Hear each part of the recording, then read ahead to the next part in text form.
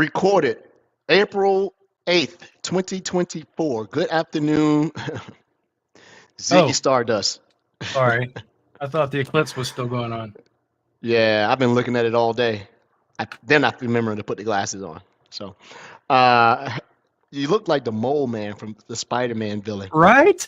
Brody mentioned that earlier when I sent both you and him that picture of myself, that little selfie, and you're right. I look like the mole man. The mole man.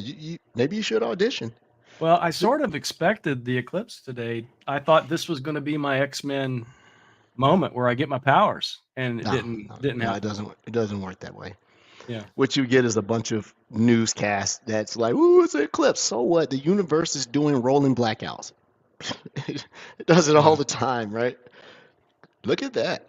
I got a few pictures, and I didn't know if this would work, but this was literally putting my Edward. You and I have the same phone now. That Samsung Ultra S24 Ultra Hmm. up to those glasses I had on, and it did a good job taking a picture, and then captured that one and Yeah, that we one, and yeah, you're in Ohio, so you were very at the center of totality. I was. I was. I'm in Atlanta. We only got like 75% of it. But I did what you did. And when I asked you, I said, "How'd you do that?" So I did the same thing. I took my camera and then we were able to Yeah. take a picture. But here, because it is warmer than where you are, when portions of the sun got eclipsed, Yeah. the temperature visibly went down. Oh, I was cold. Yeah. Yeah, it got because we were down here. We're in the 70s, 77, 78, and I felt the temperature come down. Right, and then it went back up, and I snuck out for a run really quick before I got back here today. Trying to stay on my running streak here. But no, man, it's a natural phenomenon. I'm glad people are excited about science. I mean, it was a point. I just thought Americans didn't care about science anymore, right? But science is cool. Yeah. Doing this, right? So I put it on my calendar to make sure I'm available for the next full eclipse. Make sure I'm around for it. Yeah. What is that? There's like a partial 2044, but then the next one is like how many? It's like I forget how many years, but What, 40 years? What's 40 years to a galaxy? well, that's a partial for this area, but the exact same path, I think it's like I don't know, some It's ungodly 20. number. I forget. Is it I'll be 200 years, around. 400 years? I don't know. I have to look it up. I'll ask Copilot later. I Yeah, trust Copilot. yeah, me too. I trust Copilot because it's listening to us. Hey, we have Marcus Burnap from the UK. Good Did evening. that? Yeah. Yeah, folks This coming is the in. eclipse episode, isn't it? Yeah. It is the Marcus. Eclipse episode. It's Monday. To our listeners, we will reiterate the show's normal broadcast date and time is Monday. Uh, we would just happen to have a couple of shows on a Wednesday just to facilitate the number of partners that were requesting to come on. But for the totality of 2024, all shows will be on Monday, 5 p.m. Eastern Standard Time, UTC minus 5. I think that's it. And that I know it's Monday. It's sort of odd. Do we talk about what we did last week or do we talk about nothing we did over the weekend? I hope you weren't working this weekend. But actually, I was, but that was because I started geeking out and playing around with some of the stuff in the unified portal. You also did something else this weekend, didn't you? I mean, ran that 5K. That's what you want to call Your it. first 5K of the year, yeah. Oh my God, I am out of shape, man. I couldn't break. I could barely break. I didn't break 20 minutes. It was like Yeah. 20 minutes and 52 seconds. I'm like, It's like a scenic run. Did you it take was a pictures? scene. I might as well. It felt like Yeah. walking to me. But I hadn't really run It's December, January. Yeah, it's hard to run. So I run every day and I run inside, but even so, it's just hard to keep that level of fitness unless you're pounding the pavement. Yeah, and I don't like running outside, but I ramp up fairly quickly when the weather breaks, and it's about to break. The pollen is almost done here in Atlanta. We'll have probably one more little stretch of. I'm doing the air quotes for us Northerners and people living cold climate, cold weather, and then I can really double down on the training and get myself back in competitive shape. But I did a little work this weekend. I took an old Palo Alto firewall that Matt Egan, friend of the show. Shout out Matt, come on the show. Um, and I got the last Pan OS that it would support, and I got it running because for some reason, when I was trying to get the unified portal inside Defender, when it says get your SIM and XDR in one place, connect the workspace, it would not allow me to connect that workspace. And I went through all the, we talked about it on the last show, or we talked about it offline, but I went through all the prerequisites and it would not do it. So what I ended up doing is just deleting. I disassociated that workspace with Sentinel. So didn't want to get rid of it. And not that I need it, but I created a net new workspace. Yeah.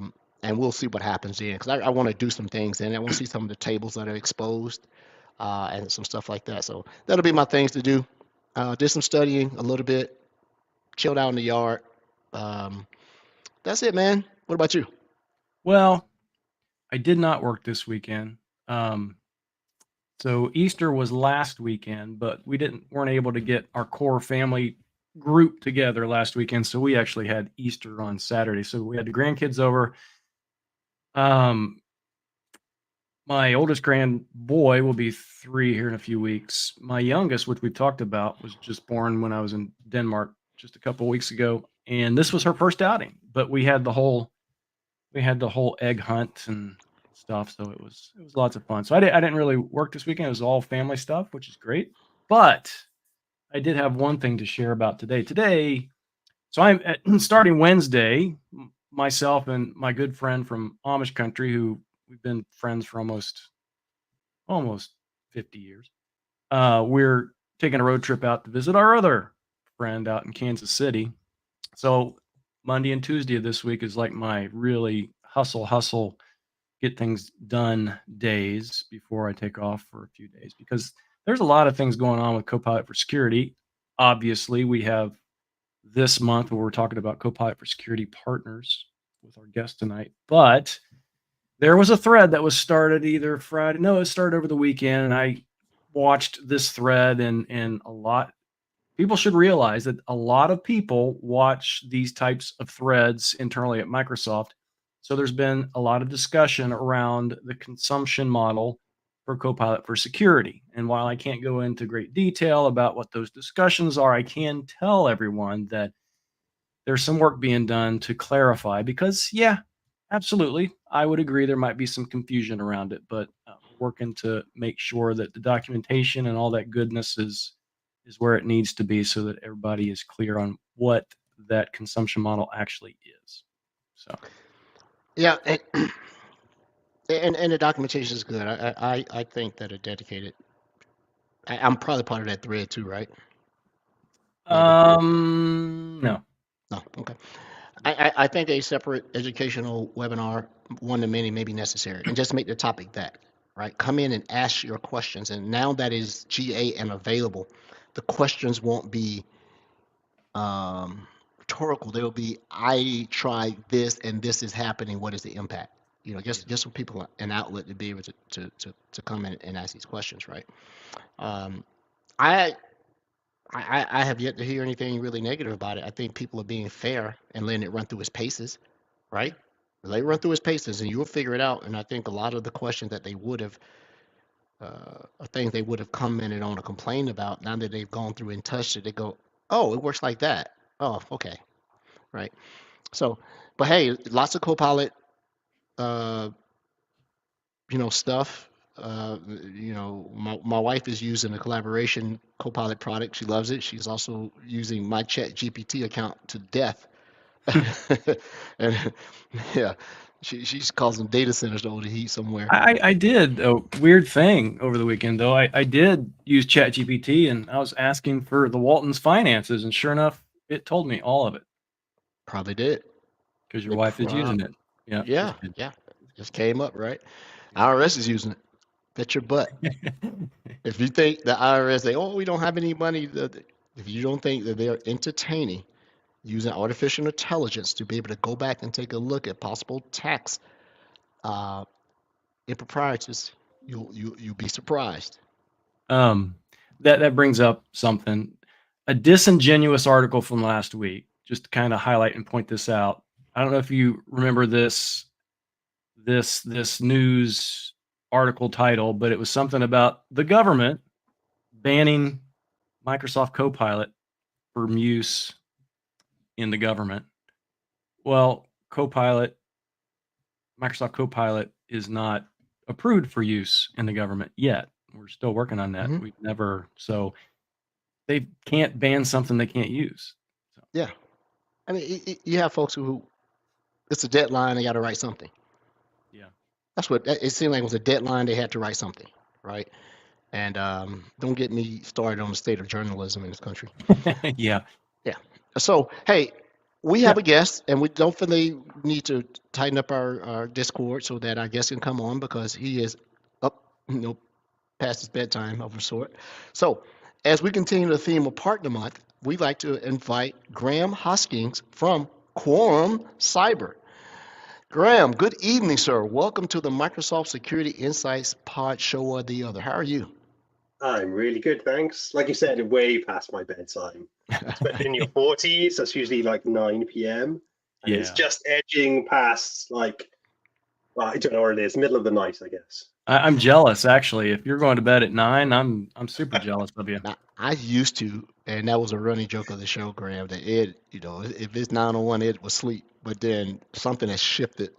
So I'm staying up later, maybe because my wife is up reading. But yeah, those 9:30, 10 o'clock bedtimes, those are gorgeous. So Graham, thanks for representing Quorum Cyber and coming on the show. We are talking about Copilot for Security, its impact upon partners, how they're going to use Copilot, or how is Copilot affecting the way they go about their business. So let's get started. How about a little bit about yourself? And let's assume our listeners know nothing about your organization, even though Quorum has been on the show before. Tell us something about yourself and something about Quorum Cyber, and let's talk about Copilot for Security and Quorum Cyber better together.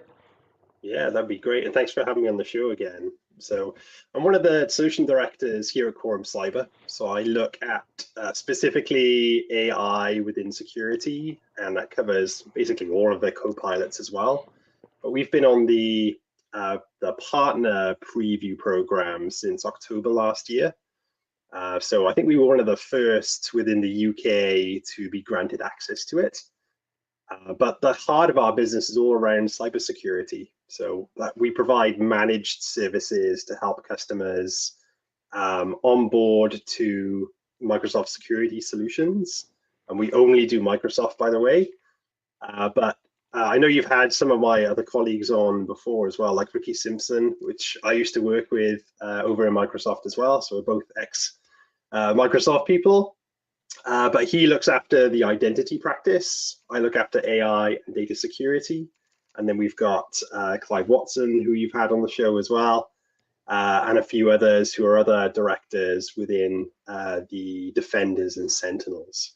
So from a Quorum Cyber perspective, although cybersecurity is the heart of our business, we also provide managed services for identity and data security as well.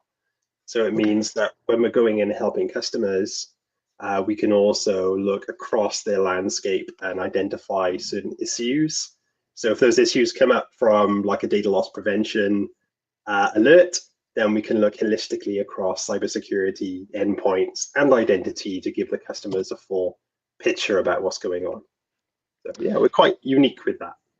Yeah, I know that you're a UK born and raised entity, but you are established. Yeah. You're really trying to put that footprint into the States, and I think you are doing it just by establishing yourself on both coasts, right? In California and in North Carolina, where you're starting to do a lot of things too. Forgive me for not knowing the actual geographic details. No, of course, you're right. We're born and raised, if you'd like to say that, in the UK. So we're headquartered within Scotland, in Edinburgh. So that's where our SOC team live, but we also have offices over in Tampa. We've got offices in London as well. And as we're having more conversations with the US, we're starting to build up our customer base over there as well. So we're around, I think it's around 250 to 260 employees, and that's global. So we're looking to kind of broaden out our horizons within the US as well. So we do have a couple of customers over there already, where we're providing SOC services to them. But I would say probably the most asked or most kind of critical conversations we're having with customers at the moment are all around the data security. Mhm. And that falls quite nicely, not just into the Microsoft ecosystem, but also what Copilot for Security is designed to do as well, is have that tight integration into Microsoft Purview, into Sentinel, into Defender, into Entra, all of those. It just enriches our business even further. So we can talk a little bit about that if you like. Okay. Okay. Um, I know that the gist of the show is to talk about how, you know, QC is going to interoperate with the product that is Copilot for Security. But anytime that you need to veer off to talk about the services, just don't feel pigeonholed to talk about that exclusively. You know, as long as if there's a tie-in, absolutely. So we'll get into it. I Copilot would for say, Security. Yeah, go ahead, sir. I would say that I think there's an evolution that's brought us up to where we are today when it comes to Copilot. Like when like ChatGPT was publicly released, what was it? End of 2022? Yeah, I think it was, what is it, Yeah, November when it got really hot and everybody wanted to use it? Yeah. that's Mhm. right. Yeah, you could really see at that point, I think, the use cases and scenarios where that would come into security. And then Microsoft's done an awesome job at providing some of the tools, even before Copilot, like being able to go in and set up a set of services from Azure, so Azure OpenAI services, as more of a secure and secure and private way of our SOC analysts asking quite sensitive information within that area, rather than when ChatGPT first came out, like everybody was like throwing everything into it. So we kind of Mhm. didn't want to do that. Well, Uh, and ChatGPT was using whatever data you sent to it to train its model, right? So yeah. Exactly, yeah. So a lot of our conversations kind of leading up to Copilot for M365 and security was just guiding those customers through what we could do from a defender's point of view. So setting up Defender for Endpoint, making Mhm. sure that we're understanding what's going on with that data within that estate. And then that's where I think most of the conversations are coming from, which is more prevalent now, I guess, in the light or in the age of AI, is like the data is the crown jewels. And these tools are going to be awesome at finding the information you need in context. But also, I heard you at the very start there talking about that government agency that's just blocking AI. Mm. Like there should be no need for that. I know it's not set up for the government at the moment, but making sure that there's some sort of readiness within that business to go away and use these tools in the right way, I think is probably key. So I Yeah. know I kind of jump around thinking part of these conversations, but again, kind of leading up, making sure that the right tools are used in the right place within the organization is key. I think Copilot for Security is just going to be an easier way, an easier tool to be able to integrate into all of those facets of Microsoft security, rather than what we would traditionally do in ChatGPT, which is copy information around. So nobody Yeah. wants to do In your experience, now I've talked with others about this because, like you said, it's kind of a hot topic, data security. In your experience and talking with your customers, where do customers generally sit? Are they good with data security? Are they freaked out? They're like, everybody wants to use AI and we've not done any data security. Can you help us? I mean, is it, or Yeah. is it kind of middle ground? Everybody, There's a mix. I Yeah. would say that nobody has probably done what everybody should be doing. So we Yeah. put that politely. Like nobody knows where the data is Mhm. traditionally. Like data is still flowing on premises, in the cloud, and other clouds. in your personal cloud, probably they just don't know. Some have tried to kind of kick the tires in setting up some sort of data security when it comes to like DLP. I've had some customers say we set this up like 5-6 years ago and it just doesn't work in the way that we want it to anymore. So we're going to go away and buy a point solution to fix that. And so we're like, no, hang on. Like you're going down the right path. You've got access to all of these awesome tools to protect your data, but it's an evergreen platform. It's ever moving. So something that you set up 6 years ago isn't going to work in the same way that you intended. So we're going in and having those conversations with customers, also kind of getting them ready for AI. So you're familiar with the semantic index, right, from Copilot for M365. Now that's an awesome tool, awesome search tool to find in context the information you're looking for. But also, if you've been in that organization for the last 20 years, it's quite likely that your permissions have never changed in those last 20 years as well. So it's making sure that we're providing the evidence and the reports about what they should go away and do, these organizations.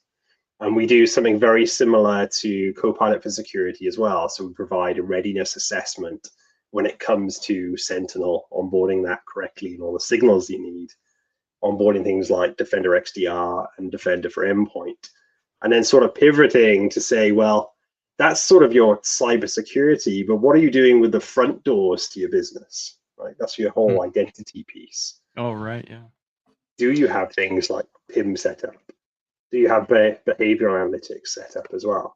So it's just going back to basics, making sure that they have what they need in readiness to use some of the AI tools. Access and data, right? That's essentially Well, the tools.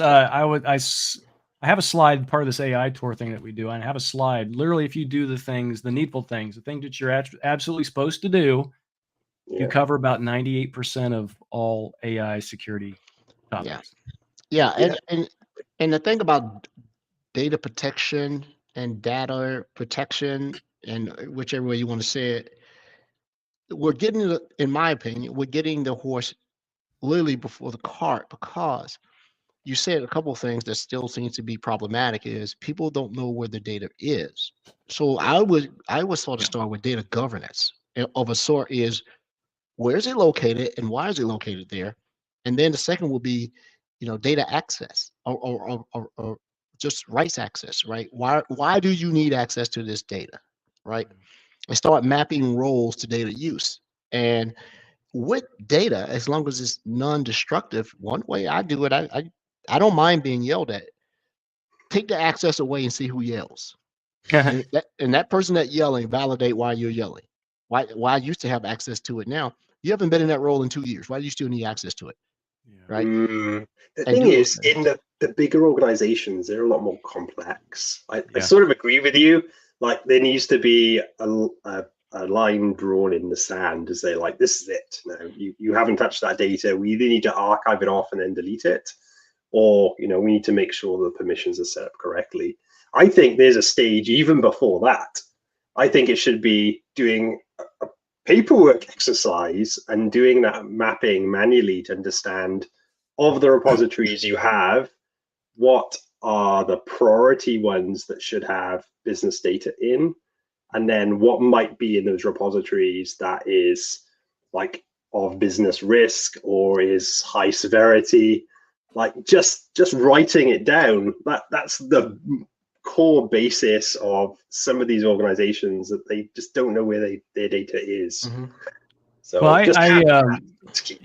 I know customers that through acquisition or merging, even kind of medical type industries, sometimes they'll have data in Box, they'll have data in OneDrive, they'll have data in G Drive, and that's across different departments, right? And I think we need to have a show about that. That's what that is. Yeah. I want to commit Graham to coming back on the show and let's have a singular discussion about that.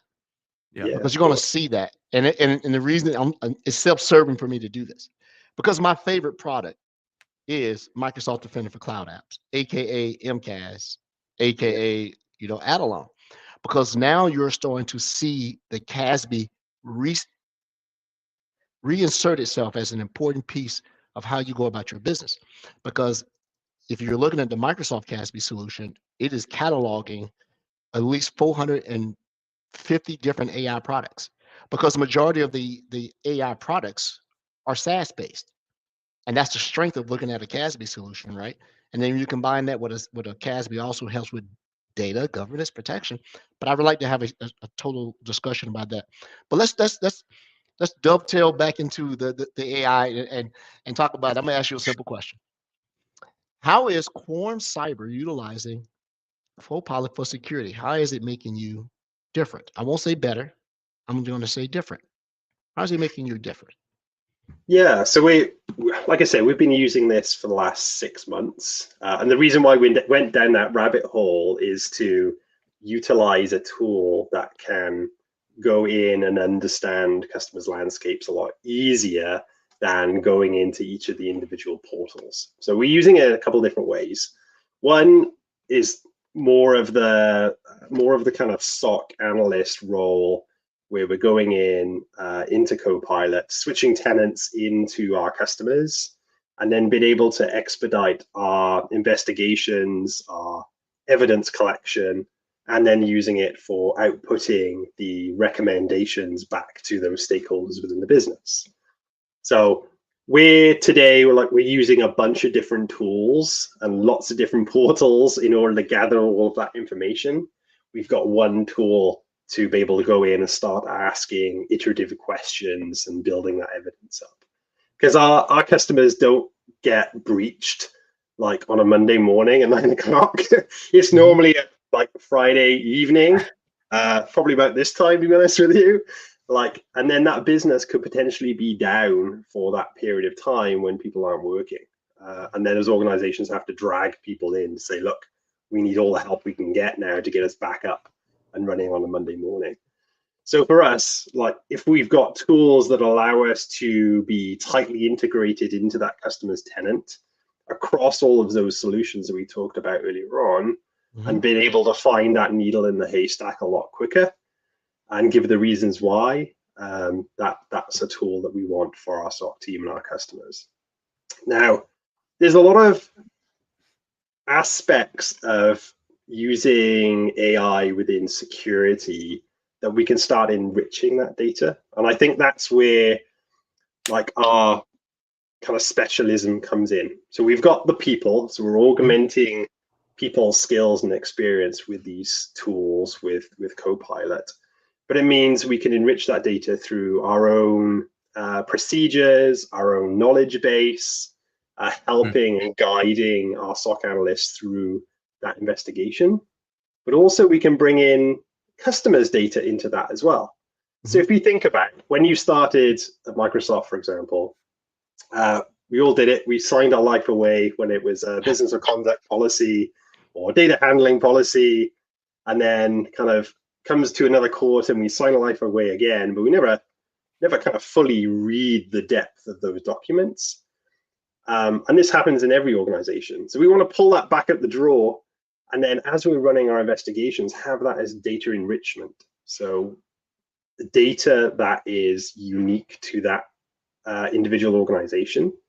So if it's a data handling policy, for example, and we're doing an insider risk investigation, then we can give better recommendations to that organization with their own policies. So with this evidence, this is how it should have been handled, and this is the recommended outcome for you as a business, whether it's a slap on the wrist or whether it's something that should be escalated to legal, for example.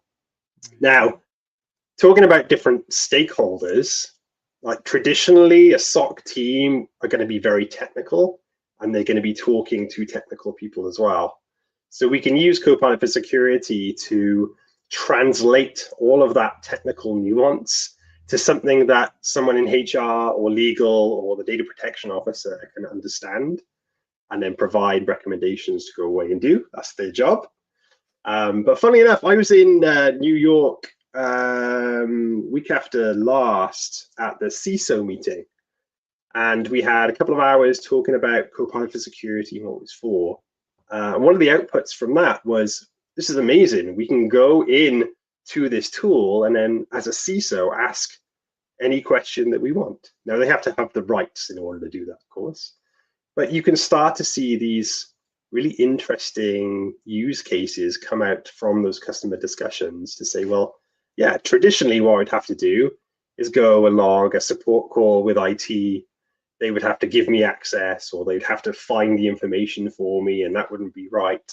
But now potentially they've got a tool here where they can start to ask questions and get the evidence back. And that's something that we've been providing customers since our inception in 2016, is a bit of IP that we created called Clarity. So think of it as a repository, a single pane of glass that customers can log into, see all of the alerts and the incidents that our SOC team are working on, but have a two-way communication feed to our SOC team, and vice versa. So the way that I see this being augmented is, while our SOC analysts are in Copilot for Security, we can actually reach out to that repository, that Clarity portal, and then ask, have we seen this problem before? Like, who was it? Was it Edward? Oh, Edward had this problem last week, and this is what we did to resolve it. So if you think about that time to resolution, I think we can really kind of narrow that timeline all the way down here. So the Clarity portal, from what I just get a little clarity on that, that is your knowledge base that you're utilizing for Copilot for Security, right? Yeah. Well, you can imagine, like, you couldn't allow customers to go into Sentinel, raw Sentinel, and get all the information they need, because our SOC team is gathering the evidence. We're using a number of different tools to build up that evidence, and then we have to provide an exec report to give to that customer. So Clarity is our solution that captures all of that knowledge, and then we can provide that back to our customers. So it's through a custom plugin or something that into Copilot for Security, or some other plugins, yeah, through into the APIs into that. Yeah. Okay. Yeah, and another piece of that, which sounds super interesting, because you're using Copilot for Security for your own purposes for your customers, right? To manage your customers. Are you giving? And you talked about the portal that they could log into to check on incidents and what's being worked on and things like that. Can they log in to get access to your knowledge base to say, hey, they can log into a Copilot for Security instance and say, hey, what's this team working on? Do they do it there? Is that how that works? That's what we're working on at the moment. Oh, that's cool. Some interesting ideas. I would love to have like Copilot for Security embedded into it, so you don't have to navigate away through into anything else, and be able to ask questions around that. So yeah, I can see that coming. Like, I don't think we're going to be the only partner that provides that sort of service, but the whole knowledge is our people and our skills, and that big repository that we've been creating for the last number of years. Like, that's data is gold dust, right? Oh yeah. So we want to reutilize those crown jewels, and then embed that as enrichment back into Copilot for Security. Oh, that's great. Yeah, that's awesome. That's kind of what I envisioned you were talking about. I'm like, oh, that's really cool. Yeah. I can imagine you said the statement that, the CISO can go into Copilot and ask questions. I can imagine some practitioners grimacing like, management is in the tools creating more work for us. Luckily, there is a buffer to prevent such. You'll find that when you become a senior person in whatever industry, particularly in IT, when a CISO might have been technical, in a prior life, when they get back into they get their hands into it, they become rigs, random idea generators, right? Hey, let's do this. But luckily, Copilot has a built-in, feature that prevents such things, which is called SCUs. Because if the CISO wants to just keep asking random questions, go ahead. Keep asking the questions. Exactly. I think you're right. Yeah. It has to be some sort of filter, because they would need a lot of privileges to ask the types of questions that they need. But with Clarity, for example, that's already been kind of vetted. They don't get access to the raw data through it. So that's why we would like to embed Copilot for Security into that repository. Right. I'm sure in the future there'll be some sort of filter specifically for CISOs, but how we do that today, I'm not sure. Well, yeah, it'll come. I think it is not something that you fix in Copilot. This is the overlay of access management. You mentioned PIM. You mentioned some aspects of RBAC and role designation. The CISO shouldn't have keys to the kingdom. That's not that person's job, right? And so I would think that as a major thing that Microsoft will address as it gets better, as well as if they extrapolate it or make it abstract where partners can come in and help write role guidance and be able to affect it in intra with their ability to come in and say, hey, you need this, right? I could get creative with some ways I think that you could, but chances are it would break your access to it. So let the secret sauce creators work on the secret sauce, right? And go that route. So you and Quorum, you were early adopters. I forget what James Key called some of the partners that were initially afforded access to the EAP program. Since you've been doing this, how have you measured your investment into the time in building these things when there was still so much uncertainty about everything from release date to so and so? If you watched the show last week, you saw that, and we're going to mention all the partners that have come on previous show. You saw that Tanium had a really different approach to it because they're not an MSSP or MSP like the No, rest they're of your not. No. partners, but they are a device lifecycle management company, right? Their endpoint touch is pretty impressive, right? And then they wrap it to have a natural overlay. How do you see Quorum being able to come in and provide guidance or provide impact to two sets of customers? First of all, current customers are already consuming your MSSP offering because there's a few, Yep. quite a few. They love your Sentinel, managed Sentinel, and your MDR. And how do you sell it to new customers as part of, hey, we have this with Copilot? Because as I go through your site, if you saw me bouncing around and looking at your site, you guys don't overly advertise that you're using a lot of AI inside your stuff. It's very much skill and experience driven. So how do you have that two sales motions? Hey, we're going to make you better, existing customers, because we got this, and new customers, because it seems as though if you don't have AI in the name of your product, people are like, oh, you're not modern, you're not bleeding edge, you don't have AI. So take either one of those first, or neither one of those.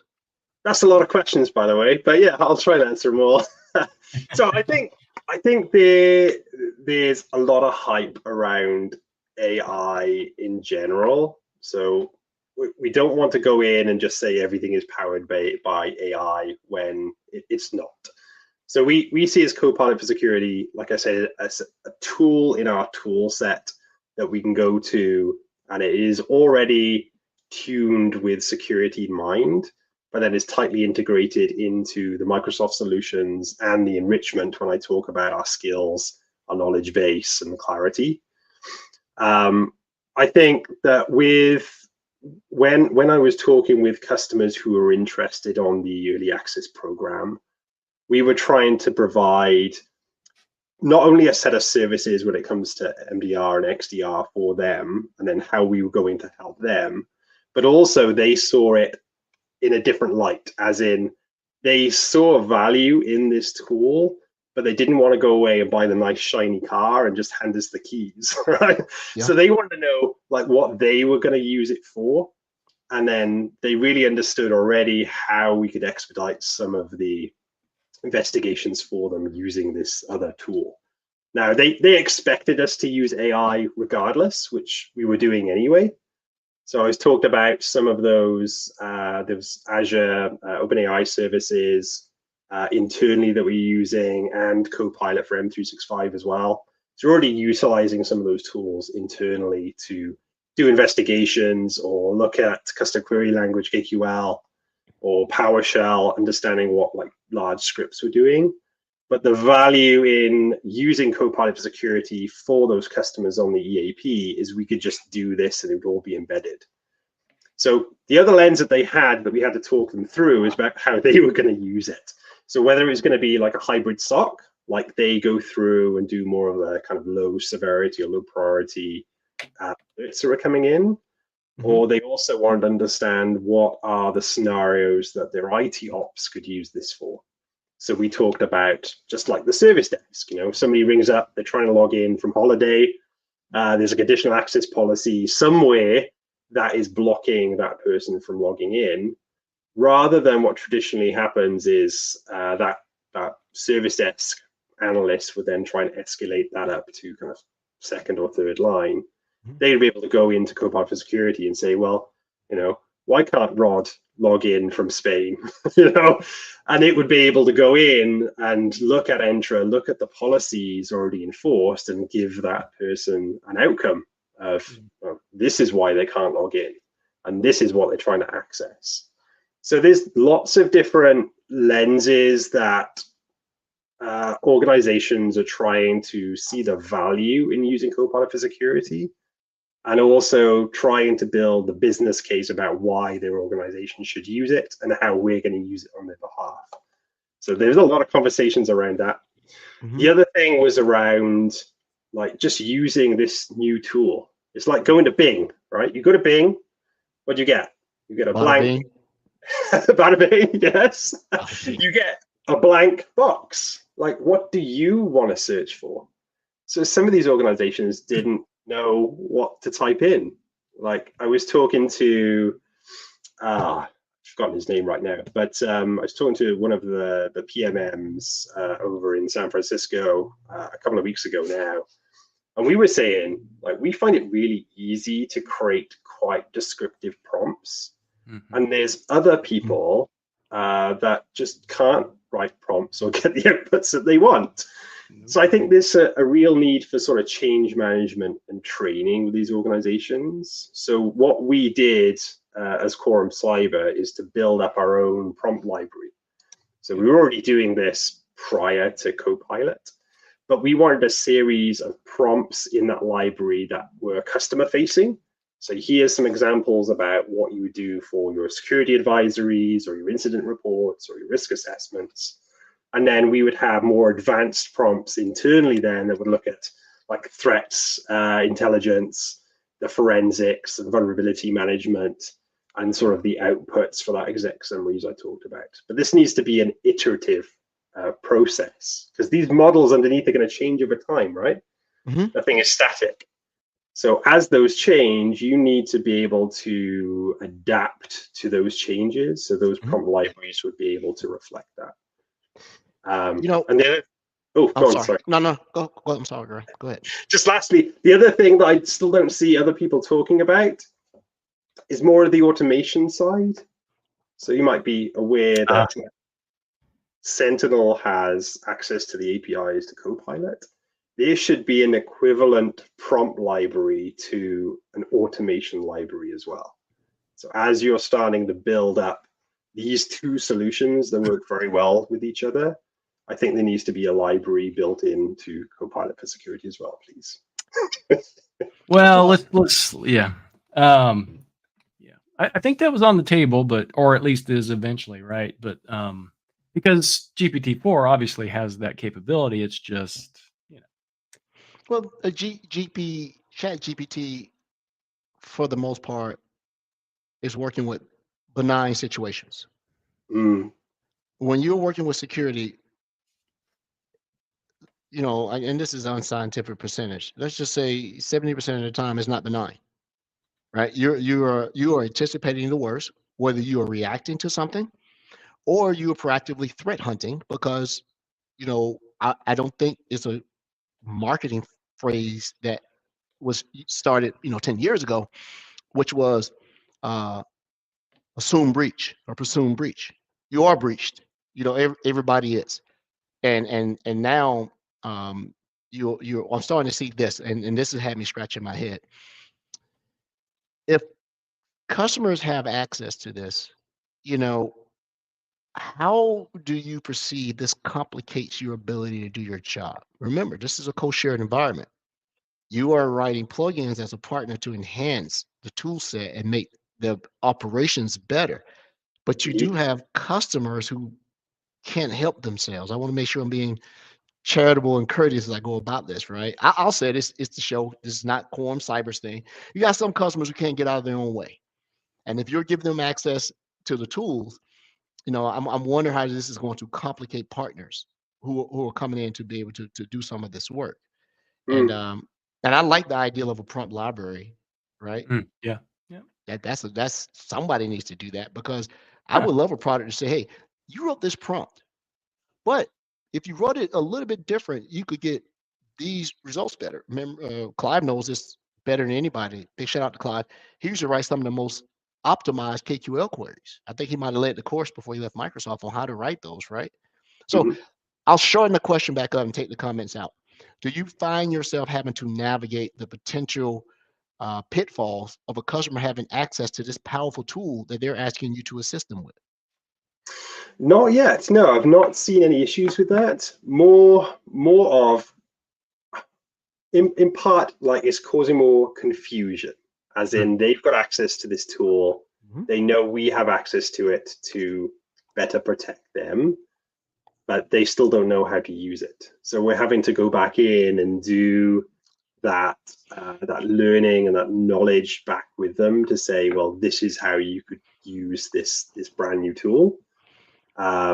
So that brings us down another rabbit hole around sort of targeted operating models. Like, if you can show a customer like what use cases or what types of requests they might get to identify the use of Copilot, I think that would be better. So you can't see it on the screen, but I'll talk you through it. Is these targeted operating models will depend on the scenarios that a customer wants to use, but it might be the criteria they need to capture first, or the prompt they need to capture first in order to get the result that they need. And that could be going into Copilot, suggesting to Copilot what plugins that needs to go away and get the information from, or using the third-party plugins, of which there's like a ton now, right? Now it's GA, like using one of those if you need to, as part of that operating model, to do the data ingestion from that. And then going in and collecting that evidence. So I don't know if you already know this, or the audience knows this, but like, Copilot for Security is doing these prompts or these collections of information in series, right? So this is the reason why the playbooks that are built into Copilot for Security go through, and you can have multiple of them, but it's stepping through them one by one and then collecting the evidence for you. Yeah. So this targeted operating model is going to do the same. So these are the steps, or these are the tasks you need to go away to find this specific information. And once you've collected that, then you're going to go through some additional processing about what the output is going to be. So whether that's the output of a business process, or an investigation, or translation to those stakeholders that we talked about earlier on. And I think you have to sit down with customers to really walk them through those steps so they really get what the use is for Copilot for Security. Unless you disagree, of course. No, I see it as very similar to what we've experienced before, because there's many public repositories for KQL queries. There is, yeah. But you still need to know KQL to know that that query is going to produce the results that you want. In Indeed. Copilot for Security, we have prompt books. Yeah. But you still need to know how to prompt to ensure that that prompt book is going to get you the results that you want. Agreed, yeah. Like the built-in ones are going to give you a flavor, like your KQL, right? This is the type of prompt that you might want to use to get this, but it has to be customized to your organization, your actual need at that time. So yeah, I totally agree with you. The other thing that I don't see, sorry, somebody else was going to talk. Oh, no, go ahead. I was trying to write a note. Go ahead before I forgot. Go, I'm sorry. You write that down. The other thing I don't see a lot of organizations, or even kind of partners, talking about is, the exec summaries that Copilot for Security is outputting. And we talked about a little bit earlier on about kind of data enrichment. Now, every organization that I know of has to deal with some sort of assessment or regulation, directive, even if it's internal, right? So I don't know if you've tried this yet. I think Rod might have.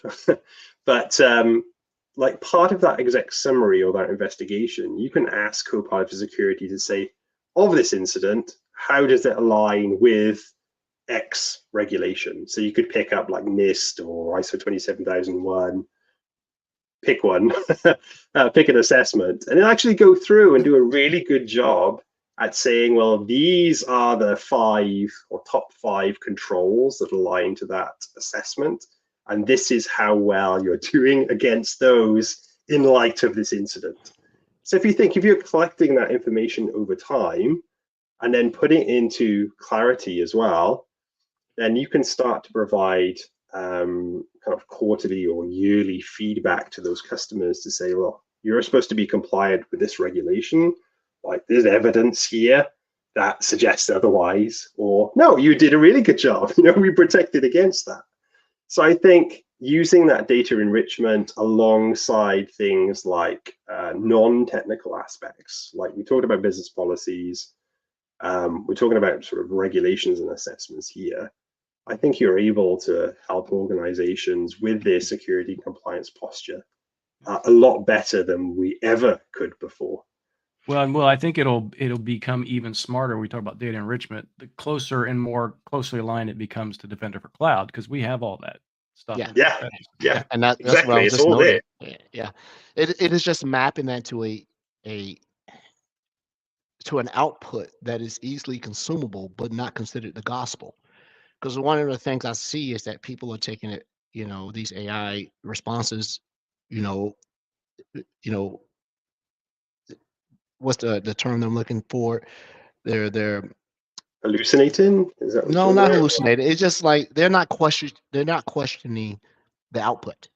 Yes, Right. I agree. Yeah, and that comes up as well, especially for junior analysts. Yeah. Like if they don't know if the output is going to be right, are they just going to go with it? Well, and we've said this before, a weakness across any AI model is its desire to please. It wants to give an answer. It does not want to time out. It wants to give you something, right? And so, one thing I would tell everybody, regardless of what AI tools you consume, whether it be for collaboration, whether it be for, security, now is not the time to give these tools the benefit of the doubt. You do not, right? Because we've seen them write terrible briefs for lawyers. Lawyers have been threatened to be disbarred because it was obvious like this precedence that you reference doesn't exist. This judge never ruled or dissented against this. Did you even fact check this? So that's different though. I think that's different with Copilot for Security because it's grounded with the information that's within the tenant rather than just trying to go off and like make something up. I think you're totally right. It still needs to be checked. I think it's a lot better with the grounding because it's the data that's looking at, not just a generic LLM. Now, and that specific example I gave was for Copilots, not for security. Let me give you one that's similar to this. If Copilot is for security is referencing the past tasks that were used to resolve an issue. If you inadvertently mark something as a false positive benign because you didn't go through and do a thorough investigation of the TTPs or the methodologies, it could say, don't worry about this because I've looked at several of the tickets where you have marked this as a false positive benign and resolved. I see what you're saying. Okay. So I want a security person to go look at this and say, no, this is not right. A little bit of long tail analysis would say, this step wasn't there. If you add this particular piece to it, your eyebrows go up and like, oh my God, somebody's within the environment, and they may be 2 steps away from breakout, right? They've been dwelling for a long time. So I think the data and the history of resolution is going to be super important, right? Especially for MSSPs. And I'm, I started to think through it. I'm not as versed in the CSF as Rod is. I'm coming up to speed, even though I'm one of the Copilot folks, I guess. But I tend to look at stuff like this not as the tool, but it's the human advisory aspect. I would rather have an advisor come in and say, "Can you come advise us on this?" And that's I the whole don't reason want- why it's called Copilot, right? It's Yeah, not I don't autopilot. want Copilot to be my friend in a security business.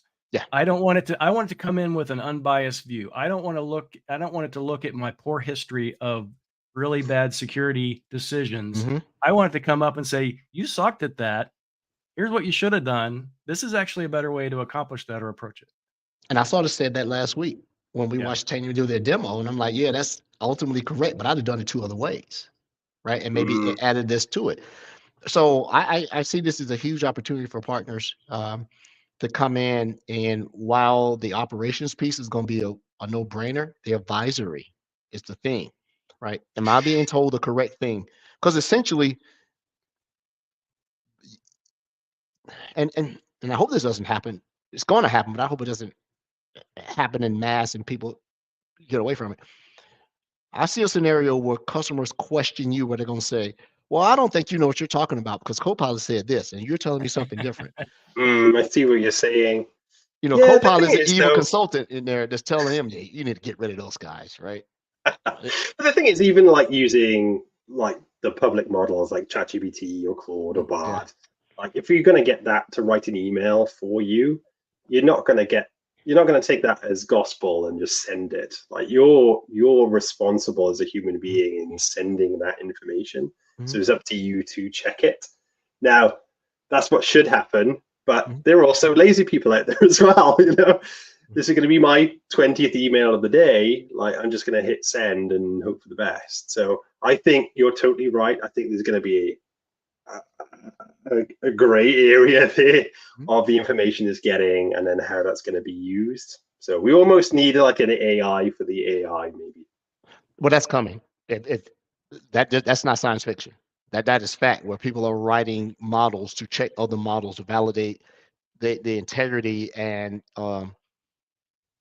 probably the integrity both ways, right? The Yeah. integrity of the data and integrity of the actions and the intentions, right? Because if you bias anything enough, it'll start acting in a more biased way. Let me ask this question. I will be respectful of your time. Um, how are you using it internally, if you can speak? How is Quorum using Copilot for security to make you more secure? Because you're a Definitely. security company doesn't make you immune to the bad guys. Because sooner Doesn't or at later, all, no. Well, the cool thing about being on the partner preview program was we were given access to it for our production tenant. So it was allowing us to look back at our tenant. So we obviously investigate ourselves as well. So we're utilizing some of those tools internally before we had customers on the EAP. So we were able to go through and pick up different incidents from Sentinel, being able to go in and then starting to kind of triage some of those issues. Like we didn't have access to the full amount of plugins that we get today. Like I think one of the kind of key areas would be more around Purview today that's in preview.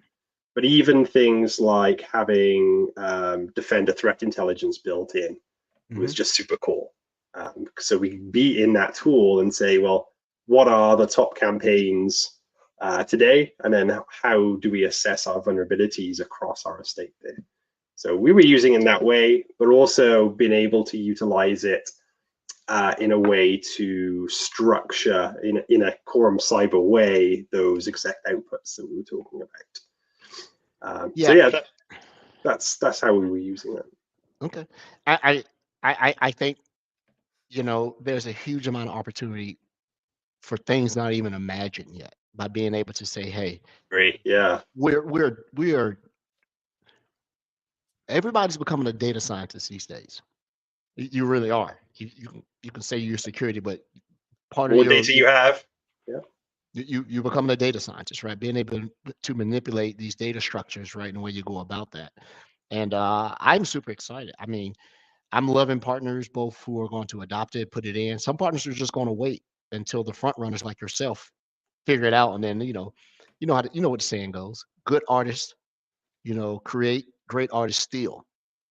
So Indeed, I'm going yeah. to wait. I'm going to wait and see what these guys do, right? And we'll go from there.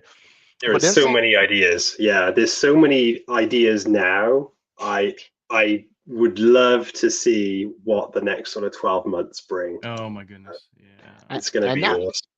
I know this might be above your pay grade, and we're going to ask this question to the and make sure we write this down, Rob. I want to ask every partner this. All right. With the emergence of this, is it desirable sometimes to go buy the talent? Man, if you find a outstanding prompt engineer like Rod Trent, rather than try to just build the stuff out and can't you flatten the go to market by going out and grab someone that can do these things? So are you having to balance bringing outside talent in to supercharge your offerings as well as build up that? Because I know that people are hiring, and I'm seeing in the job things. Do you know security? You know, Copilot for security. Do you know? Do you know? You've got 14 years experience in Copilot security. Here's the prompts. Here's the prompting textbook, by the way. Yeah, Mad Libs. Yeah, you know. I would say there's lots of really good courses that like individuals can go away and learn how to master prompt engineering. Like there's lots of different techniques that you can go through. So I think as everything is starting to kind of ramp up now properly with Gen AI and security, I think there'll be a need for those specialists right now. Yeah. But I think in the very near future, this will just be built in to just people's day-to-day work. Like we don't teach people how to Google or Bing anymore, right? So I think it'll just be natural for people as these models get more intuitive and then people understand how to use them. So I think there's a combination. Like there is a skills shortage within the security world anyway. I think in the advent of Copilot for security, the people who want to get into cybersecurity are kind of early in career, this will help them dramatically. Like this will cut their learning curve so quickly that then they could progress their career a lot faster than you could ever imagine. Yeah. So let's have a big brain moment, and then we'll get ready to wrap up the show when you're ready, Graham. But I want to have a big brain moment here. I like to try to take this technology and give it a metaphor that people can understand. While I'm a doomsdayer of sort, call me the cynic. Somebody has to be contrarian here, and I'll be one. This is great for both partners. This is great for customers to be able to use this. But if we have any customers out here, I want you to understand this, and just my opinion, just me, you know, on my ADD drugs and my brain's thinking. Be very careful when you adopt these tools, regardless of who they are, because you could do great harm to the greater good. Think of Copilot as a new antibiotic. It's winning because no bacterial infection has become immune to it. But if you're a customer and you're using Copilot for security and someone breaches your environment, I can only think of one way that you're going to that will tip them off, that will tip you off that they are in your environment. Because the superpower of this product is that when you consume it, there is a vetting process of a sort. And I'm sure Microsoft has some stuff that you're not letting nation state actors consume this product. You better not be, right? Because they're already consuming all the other products. You go out and get you a subscription and you beat up on it and you figure it out, right? Yeah, but if you can imagine someone can get access to this and they're in your environment, there is only one tip-off unless you got really strict access governance. And that tip-off is the very thing that customers are yapping about, cost. Because if you see your costs go up, somebody's using it. Somebody's learning from it, right? But think about it. Now you've got the antibiotic in the wild. People are using it more, and now the hackers have an immune to it. And now they go, I know how to get by this now, right? I see this. So, you know, I'm just looking at it from that standpoint, and I'm sure there's people way smarter than you and me and I out here who have considered this. But this goes along the line of the topic that Rod had me talk about and what he's done: responsible use of AI tools. Right? You have to be very responsible, assuming that yes, that thing, right? And then we're going to talk about that. I think we're going to have a show, Rod, about responsible AI use, right? You just can't consume the tools and not. Let's call it moral AI. I think that's probably a better term. Moral AI. Yeah, Moral moral AI. AI. Yeah. Yeah. But Graham, I appreciate you being the first MSSP XDR partner to come on and talk about this. It sounds like you have great expectations for this the thing, how it's going to evolve. You guys, I'm gonna keep eye on you. You're one of my favorite partners. I'd like to see you guys succeed. Keep doing good things. Hey, RSA is coming up. Graham, Yeah. is Quorum at RSA this year, by the way? Yes, Quorum Cyber are at RSA as well. I'm still waiting for my invite, but yes, there will be some peers there. Definitely, Ricky Simpson will be there. And weren't you nominated for something, for an award or something like that? Yeah, Trailblazers and another one, yeah, for the MSI, so the MISA award. Sorry. And I have to say that I actually voted in that. So thank you very much. Yeah, I voted also. We could really do with some votes. We really want to win this year. We are only technically a small MSSP, but the more votes we can get, I think we can really kind of change and help customers throughout the world with utilizing. So if you are in the chat, Graham, put the link in there where they can vote.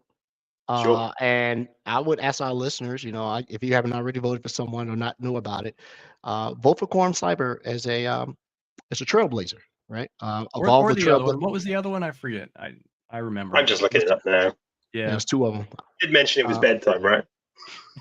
Yeah, it's bedtime for you. Yeah, over there. This has been super informative. I'm what we're doing is taking notes and just looking how each partner is going to approach their how they're going to innovate, what they're going to do, and try to differentiate themselves. And understand a lot of the partners are going to do the same thing. This is going to be a different flavor Kool-Aid, and the only thing you can do in the flavor Kool-Aid is add sugar or not add sugar, and we'll figure it out. I think you're right. It's all around the enrichment and the better together with the product to help individual customers with their security posture. That's the through line. I think that's what every partner is trying to achieve. But utilizing or augmenting these tools with the human beings, the actual people with the skills and the knowledge off the back of it. So we do provide the personality. Indeed, yeah. we are providing as well, like getting ready for Security Copilot. We'll go through and then showcase what that solution is there to do, like talk to them about how they can use it, and then look across their security solutions, identity and data security, to give them like an idea about where their posture is today, where are they realistically, and then how do we get them to the best that they can be. But without being a blocker, we want them to use Copilot for security or Copilot for M365, but in the right way. Like, these are the things you need to do to get better, and these are how you use the tools in the right way. And to our security practitioners, our jobs are not in jeopardy, right? Copilot does not hunt. It's not a proactive hunter. It can exhibit behaviors as though, but the reason we always beat the computers, being humans, we want every movie, Terminator, all these things, is because we think very illogical. And when you think illogical, you can think of things that a logic system will not do, right? And so that's why I think there's going to be a tremendous amount of longevity to our careers, because it does not proactively threat hunt. You can write automation in it. That's not threat hunting. That is automating a very definitive set of prompts / queries to look at something that is a known quantity. When you start to, I think when you can hallucinate and say, you didn't really think about this way that they got in, that's a good hallucination. Like, you're right. I didn't think of it that way. Hallucination is a feature, actually. It's a feature, yeah. So it's not a bug, it's a feature. Yep. Right? Even humans hallucinate, right? Yeah. Yes. I'm doing it right now. Yeah, me too. So, Graham, thank you so much for coming on to the show. Thank you. Thanks for the invite. I've enjoyed it. Oh, always. And don't feel as though you need an invite. We're going to conclude Partner Month, and then we'll get back into our rotation. We're going to have a couple of the theme months, I'm sure. But if there's something that you want to come on and talk about what your company's doing, Phil, reach out. Listen to the show. I know it's not the conducive in the time zone difference, but just download and take a listen to us. Yeah, exactly. You're on YouTube as well, so I watch it on there through the day. Yeah. You'll be surprised how many YouTube Copilot for security channels there are now. I'm like, okay. Yes, there is quite a few. It's quite a few. Like, what? It does that? No, it doesn't. So, but everyone, thanks for listening to the show. We will continue the theme of Partner Month. We will not have a show this Wednesday. The next show will be... Oh, wrong one. Wrong one. There it is. Next Monday, April 5th. Tax day. U.S. Tax day, April 15th with Bulletproof. Everybody in the United States, pay your duties. Taxes, duty, same thing, interchangeable. We had the eclipse this week and tax day next week. So yeah, that's when the sun really is going to get blotted out. Indeed, it will. Thanks everyone for coming on to the show. Any questions, hit us up. Find us on LinkedIn, Twitter, whatever they call them these days, and we'll get back to you. Let's have a good one. Thanks, Graham. Thank you. Cheers.